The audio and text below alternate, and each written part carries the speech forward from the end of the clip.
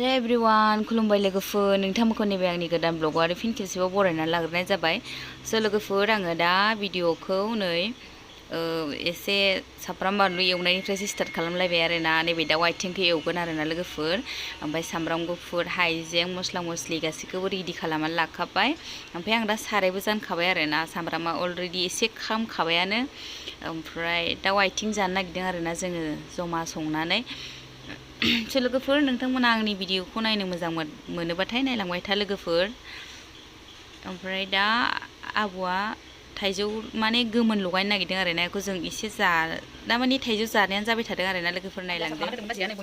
जों बेखौ जानोसै आरो ना ओमफ्राय नै बेदराबो जागासिनो जाबाय खामबाय बेदरखौ हरसै आं बेखौनो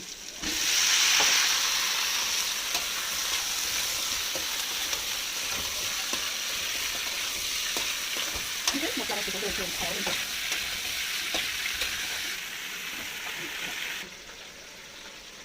एवनायाल' जागोन ना बेनिफ्राय थास'खौ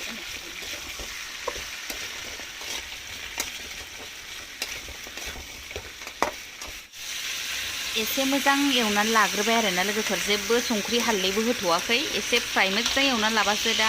मस्ला मस्लिखौबो होगोन आरो ना लोगोफोर जा केमेराखौ बाजैयासो दैना होलायबावदोंहाय ओमफ्राय आङो जा गोलोमजोब्बाय आरो ना लोगोफोर ओमफ्राय दा आङो मस्ला मस्लिखौबो हरनानै लाबाय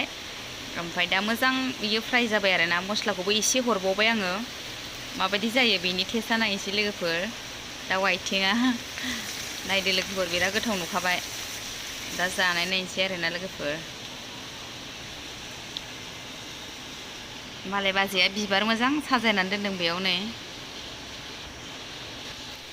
बेदरा मोजां फ्राय जाबाय आरो ना लोगोफोर ओमफ्राय दा दै होनानै दोनसै आङो ओमफ्राय दा बेखौ दै होखांबा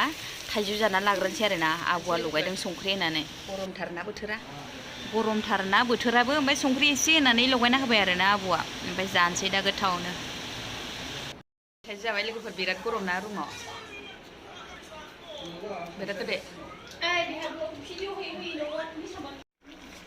ओमफ्राय नै लोगोफोर आं दसेनि उनाव बेदरखौ नायबाय आरो ना बिराद मोजां गोदौगासिनो बेदरा दैया बुरजामोन आरो ना ओमफ्राय रानबाय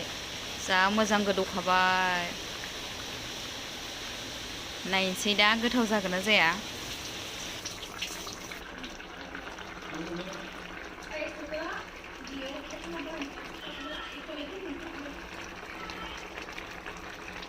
गोथावानो जायो सोर जायो कमेन्टआव खिथाहरदो लोगोफोर सोरबा सोरबा जाया आरो ना दाउ आथिंखौ ओमफ्राय जों जायो आंथ' जायो खोमसिसो नुबाय मोनबायानो आंना दाउ आथिङा लोगोफोर